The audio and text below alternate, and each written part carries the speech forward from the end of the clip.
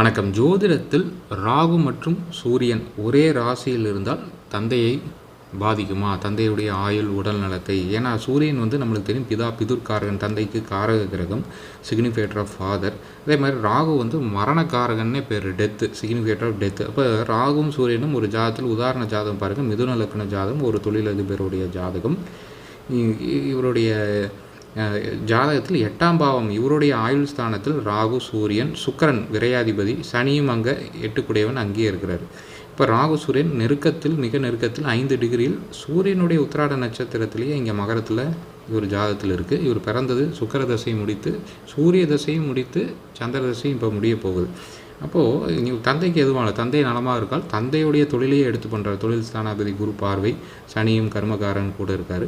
இப்போ வாழையடி வாழையாக வம்சவிருத்தி, சிவராஜ் இதெல்லாமே வேலை செஞ்சு நல்லா இருக்காங்க. தந்தைக்கே இப்போ இவருடைய தந்தைக்கே 70 வயதுக்கு மேலே இருக்கும் கிட்டத்தட்ட.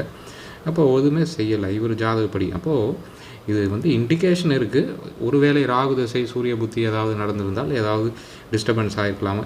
ஆனால் கண்டிப்பாக ஒருவர் ஜாதகம் இன்னொருத்தை பாதிக்காதுங்க. அதுக்கான விழிப்புணர்வு வீடியோ தான் இது. உடனே இங்கே இருக்குது கிரகண தோஷம், கங்கண தோஷம், அதுன்னு பயமுறுத்திடக்கூடாது. நம்ம சேனல் சப்ஸ்கிரைப் பண்ணி பாருங்கள். நன்றி.